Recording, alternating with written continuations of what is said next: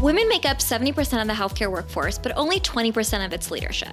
On Her Story, we'll explore the careers of bold and influential women from Silicon Valley to Capitol Hill and learn how they've overcome the odds. This is Her Story, a program where we explore what's beyond the glass ceiling. Hello, everyone. Welcome again to Her Story. I'm Ceci, Connolly, President and CEO of the Alliance of Community Health Plans, as well as a proud member of the Advisory Council of Her Story. And you are being joined today by Yasmeen Long. She is a longtime friend and healthcare peer of mine here in Washington, D.C. As you can see, we taped this just right before the Christmas holiday. She's got the terrific tree in the background. But you know how it is. Busy women executives, we squeeze the time in where we can. So I am going to say hello to Yasmeen and invite you to tell our listeners a little bit about your day job and about FasterCures. Sure. Well, thank you for having me, Ceci. It's a pleasure to be here and certainly a pleasure to be interviewed by you. So I'm at FasterCures, which is a center of the Milken Institute. And just the Milken Institute is a nonprofit think tank.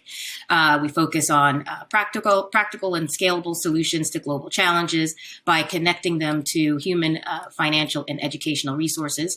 And FasterCures, which is a center of the Milken Institute, is working to build a system that is effective, efficient, and driven by clear vision, patient needs above all else. So some of the work that I focus on there is specifically on, we have a portfolio focusing on health equity across the biomedical research ecosystem that includes focusing on diversity in clinical trials, how we look about leadership in our health research and medical workforce, and as well as creating solutions for policy development and recommendations. And so I lead many of those efforts at FasterCures, and I also lead what's called our COVID-19 treatment and vaccine tracker, which is this very large resource that's available on our website that we have been tracking treatments and vaccines in the development since the start of the pandemic. And it's been a resource for the world, particularly those who are heavy in research and development. So I lead those efforts at FasterCures, and it's really a great part of my career and my professional development as well. Well, and talk about some of the most pressing issues of the day that you just rattled off. So you're in the thick of things right now. Let's go back a tiny bit just to catch folks up a little on your background. If I'm not mistaken, you grew up here in the DC area. Is that right? It's true. Yes. I was born in Washington, D.C. I grew up in Silver Spring, which is a suburb of the D.C. area. So I'm a Washingtonian. I certainly consider myself that. There are not many. And early in your career, let's hear a little how you got to this really important role at FasterCures. And I'm always curious to know if healthcare was a passion from early days or how you found your way to healthcare. My mother shared with me years ago that when I was a child, about I think 3 or 4 years old, I was sort of a helpmate to my great-grandmother. I was organizing her medications and organizing them by date and type, and I would get her tea or put a blanket over her legs. I remember it very vaguely because I was so young, but what struck me about that is that a 3-year-old child is organizing medications by day, right? And I thought, wow, that's quite remarkable. And then it's like, oh, wow, that was me.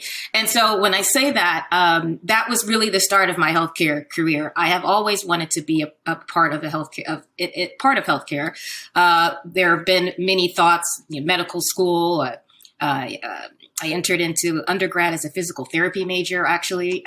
But throughout my time in school and grade school and then throughout college, I knew that this was the career for me because it really spoke to my heart and it comes naturally because I believe that perhaps there's some healing qualities. I like to heal. I like to make people feel better. And I want people to be healthy, with their nutritional habits and their healthcare. It just comes natural to me. Well, that's terrific. And I'm picturing you with your great grandmother. I had the opportunity to spend time around my great grandmother. I think the two of us might be a little bit rare in that sense, but it's special. What an amazing opportunity for you. So as you kind of came up in the ranks in healthcare, and you are quite young to be so accomplished. So I know we also want to talk about vision and what's ahead. But as you were coming up, were there particular opportunities that came your way that might offer some guidance for other women in particular? That how did you get to this important place? I'll start back to my undergrad years. I graduated from Howard University with a degree in health sciences. It's actually health management degree, which combines healthcare science and business as a part of that degree program. And that was quite rewarding for me.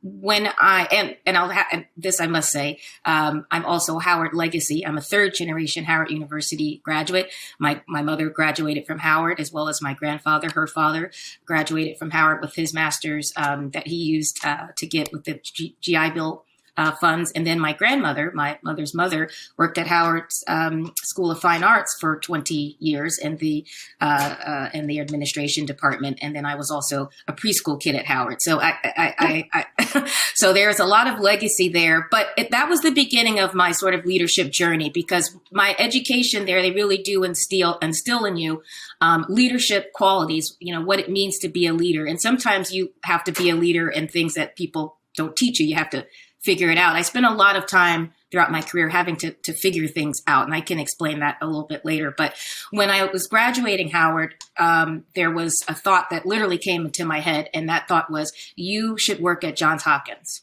And so what I did was I set up a plan that I was going to move to Baltimore. I was living in the DC area.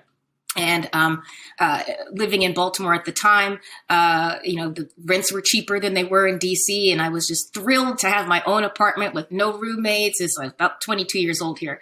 And so I thought to myself, well, I could move to Baltimore, try to get a position at Hopkins, and then I can have my own apartment. I mean, I was really that thoughtful about it. And so it wasn't that easy to get into Johns Hopkins. It's a very large institution. And sometimes in large institutions, at least in my experiences, when they're familiar with you, it's sort of easier to get in there. So I had a plan. I became a temp. And during my time temping with it, I happened to temp with some of the best minds in medicine and public health, and ended up working ultimately at Johns Hopkins for 11 years of my career. So that was so I graduated Howard and I worked at Hopkins because that was my plan, to work at or learn at an institution that's one of the best health and public health medicine and public health institutions in the world. And so I sought out big time. As I always say, go big or go home. So I went big and I temped and ended up sort of networking and building relationships with the faculty there. And ultimately I was hired for a full-time position, and I grew quite a bit at my time there, working in chronic diseases and health disparities and patient-physician communication, working in chronic kidney disease and end-stage renal disease, working in HIV prevention and microbicide development. And then I had one of my final stints there was working in global health policy, where I traveled quite a bit internationally. So as you can see, I gained a significant amount of skills there. And I also, and I think this is one of the great things about working at an academic institution, if you, as a staff member, I'd say, is that I also took advantage of the opportunities that they provided, right? So you get, tuition remission and all those types of things. So I amassed other types of, I took different courses and, really wanted to build my skill set as best as I could. I did not have like a mentor who took me under their wing and sort of coddled me along. I always wanted to have that, but I didn't. Now, it didn't mean I didn't have help or people that supported me along the way that I worked with. I don't mean it that way. But oftentimes there's that sort of, well, we see something special in her. We'll take her under our wing. I just never had that in the way that I envisioned it, right? And I see how that works with others. Now, that did not discourage me from going or executing the vision that I had for myself, because I've always been very determined and thoughtful and intentional about what I do, so that it makes an impact for people and also supports me as well. Wow. Well, determined was coming to mind as I was listening to you recounting that and talk about focus as well. And that probably leads to one of the great Her Story questions that we often like to pose in these conversations. And In your case, would you describe yourself as an accidental or an intentional leader? I would say a little bit of both. I would say more intentional because I tend to operate intentionally. I don't do things by accident. I mean, there's accidents happen, but I typically don't. So I usually think critically and I strategize, how do I want to get there? What are the means I need to do to get there? Are there financial resources? Are there human resources? Are there other things I need to gain and learn? I don't know why I'm that way. I just am, but it's worked out very, very well for me. I've always been very determined and focused and always, slightly kind of have that want to prove myself kind of thing. And so I think that has worked out well for me. But at times there's a different side of that where you can also overwork yourself. And I've learned not to do that as well. But so I would say I'm definitely intentional. But throughout my career, there have been opportunities that I have had that weren't intentional. Like I was intending to do this, but then something else came along that was even better than I could have expected and just took me to another level in my career. So some of that is by chance, but I would consider myself an intentional leader. So along the way, talk to us about the fact that you have navigated this incredible trajectory and journey as a woman, as a Black woman. And to what extent have you found those characteristics to be advantageous, problematic? What has been the experience of a Black woman specifically aiming to succeed in places such as Howard University, Johns Hopkins, FasterCures, navigating Washington, Baltimore? Maybe you can reflect on that. Yeah, I mean, I'm taking a deep breath, like even thinking sometimes when I'm at a point in my life now that, when you're, let's say when you're 25, 10 years before you were 15, right? So I'm not 25. However, I can look back, and, whatever many years ago, I was still an adult. So the reason I say that is sometimes I look back in my life and career and I'm just like, wow, I can't believe I did all that, right? But I think, some of the things that it is challenging. It's very challenging. I've always had to sort of that's why I'm so intentional. I like to, for example, I like to work with quality. I like to work with integrity. I like to work with honesty. I'm naturally that type of person, and I'm naturally a very gregarious person. So that helps with building relationships and networking, which, I have a knack for that. And I think that that's helpful no matter what your race or ethnicity is. However, I'd say some of the challenges I've experienced is, quite frankly, being very much overlooked, undermined, underestimated, and ignored. I would say those would be the challenges. And I say that because it doesn't matter the talents and the education or the background you have. If people make a judgment about you by the way your skin color is, they might lose an opportunity to have that sort of intellectual contribution. So I think when throughout my life, it's a part of your life. There's all kinds, when I say it's part of your life, there's all kinds of discriminatory practices that take place in the workforce. I have certainly experienced many of them, but not as many as others. Sometimes, and again, that's why I say sometimes it depends on who you work with. Sometimes it depends on the institution. Sometimes it depends on your own thought process. And sometimes it just depends on how much you're willing to tolerate and accept. It's like, I'm a human being just like everyone else, and I deserve that respect. So I tend to go into things thinking like that. And that is also challenging as well, because there's all kinds of images and things that we see in media that are inaccurate when it comes to Black women, at least the way that I see myself and the way I was raised in my home and my family. And I come from a lineage of very strong and fearless Black women. And so I think some of that has rubbed off on me. So if I needed to figure out how to navigate a challenge, then I had those resources within my family to say, well, how do I navigate this? And so you have to be savvy, not only in your work, but you also have to be savvy in how someone might think about you, might portray you. And then you have to sort of do that dance. There isn't a way to explain how to do it, but you really do have to take care of yourself. And I always say, if you don't believe in yourself, nobody else will. Terrific advice. Coming back to that notion of maybe being ignored or overlooked, or, I frequently had the experiences of being the lone woman in the room, in the meeting, on the team, whatever it is. And I see you nodding your head as well. So if you think back to any of those circumstances, what were some of your strategies? Let's see, one, and I was nodding my head at that comment because one of the positions I had working at Mass General and Harvard, I was a full-time graduate student, and I went to grad school about 11 years, worked at Hopkins for 9, went to Boston, and came back to Hopkins, and then ended my time there. I was working part-time as like an office manager for this group of biomedical physicists. I do not have physics experience. And I also was a part-time intern at the Department of Health and Human Services Office on Women's Health. So I was burning the candle on both ends, as they say. Again, I don't even know how I did all that, but I did. But the position with the biomedical physicists, I was like their lab manager, but I was the only woman on the team, and I was the only American on the team as well, right? So, and that was an interesting experience, one, learning from these scientists doing cutting edge things I'd never seen before, building lasers and equipment and all kinds of imaging, a really fantastic group of people. And I still talk to the person who was my supervisor to this day, wonderful, wonderful man. But because that experience, all of the men on the team were not American, and they weren't, that they were born and lived in their country. So it wasn't like they've been here for years, some of them.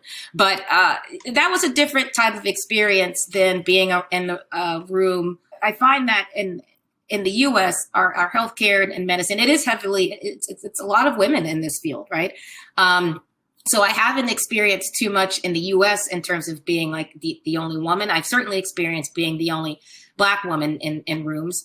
That does not intimidate me. Some people, I grew up, the way that I grew up in Silver Spring, I grew up incredibly diverse. I mean, so, I had friends, I think in my high school, like every country was represented in my high school or something like that. So, being around people of different ethnicities, whether they're from another country, whether they are first generation, whether they're here, or I think just growing up in that type of environment sort of equipped me to be myself. No matter what situation I'm in. Yasmeen, another question that we really like to ask at Her Story is, in your view, what do you think has been a characteristic that's given you an edge? I mean, such an accomplished career. Can you tell us your secret recipe? Sure. I think what really changed my life, quite frankly, and my career, Ceci, is when I've had a really great opportunities throughout my career, and I'm very appreciative of them and the people I've worked with throughout the years as well. But one position in particular where I was working in global health and policy, and this was at Johns Hopkins, and I was traveling for 3 years, right? So I went to Bangladesh, I went to China, I went to India, I went to Egypt, I went to Indonesia, I went to Turkey. And I'm going to tell you, there is no better education than international travel, right? And I say that because as someone, I consider myself an academic. I don't have a terminal academic degree. That's something I've tried, but I've moved on. You just keep moving, you keep it moving, as I like to say. But, I had so many experiences with those travels, good ones and bad ones. Some of those bad ones included, issues with personal safety or, things like that. But overall, just those environments, I don't know how to explain it, but it certainly builds your character in a way that when you see how others live in other countries, regardless of social economic status, their culture, how they do business, the foods that they eat, those are very enlightening experiences that I think really toughen me up. And one, those are some really long flights. So those are some far travels. So you have to kind of develop some calluses to sort of handle that. But it it taught me how to think a little bit differently about things. One, to get out of my own head and get over myself, right? But I mean that in a way because my experience in the United States, and I'm from here, my parents are from here for generations, but, we have our culture, the way that we live, and there's other cultures and the way people live in other countries. And it's just good to understand and observe and see that, that's just a part of the world, right? And when you experience those sort of things, like, for example, if I'm talking to someone, if I'm talking to someone in the US, if I see you, Ceci, I'm like, oh, hey, give me a hug, or, but that might not be appropriate in another country, right? And so you have to learn that fast. No one teaches you those kinds of things. They may teach you this and where to go, but when it comes to having to interact with people, you have to learn it on the spot. And so that toughened me up quite a bit, right? And a lot of things I saw and experienced. So I think that was something that was very helpful for me. It certainly matured me, and it really did take my sort of leadership and project management and program management development experience to the next level, because I was not only juggling, technical things, but also, how to do business with other folks and learn how, they want things to work. And you have to find a balance, and you really have to find a way to reach common ground. And I think that can be very challenging. It is very challenging, but it builds character.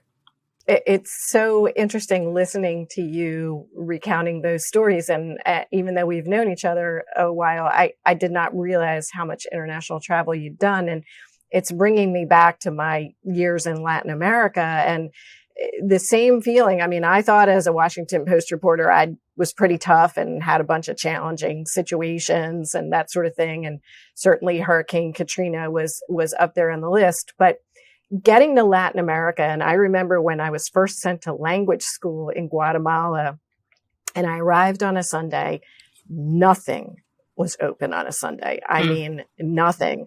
I did not have any sort of telephone that worked in that country yet. I was staying with a family that did not have a telephone. They had already had their meal for the day, so there was nowhere to find food, no hot water. And I just remember landing and thinking, oh my goodness, how, inept am I here? And, but the richness of those experiences and you find it, within yourself, and you learn, in Latin America, everybody hugs. So it's so neat to hear you recounting that. And I couldn't agree more. I do want to ask you to maybe offer for a lot of the women listening, for sure, many young women, inspired by all that you've achieved. Have you got a good piece of advice, lesson learned, especially some of those younger women that would love to follow in your footsteps? Just to repeat what I had said earlier, if you don't believe in yourself, no one else will, right? And I think that's a helpful piece of advice for all women, but particularly Black and brown women, when people might not believe in you, or they tell you this, or they have, all kinds of thought processes just aren't true. And that's challenging, but you really have to stick to your core, and whatever that is, and it doesn't matter what age you are, what can you do for yourself to make yourself feel better and feel good and stay focused? For example, journaling, exercising, reading books, dancing, whatever it is you do. So there is a strong self-care component that I think early in my career, and sometimes later too, that I didn't adhere to as much, like getting enough sleep, for example, the simple things. But that's how we work with high quality. That's how we get to, enjoy our lives, by taking care of ourselves. So, I think that's the first thing you have to do. The work will be waiting for you the next day, right? It will be there. It will be there. But first you have to take care of yourself. And then the second thing I would say is, I think when, I've always been a sort of focused and determined person, but when I was younger, I think that sort of overlooked everything. And I wish I had spent more time cultivating my personal relationships. I have friends. I have many friends I've grown up with all my years. But then when you get a bit older, you're like, oh, I building a family and those kinds of things. So I'm a bit of a late bloomer there, and I'll get there. But, when I was younger, I would say to women, stay mindful and keep your eyes out. for building those relationships and partnerships and companionships that you'll have for your life.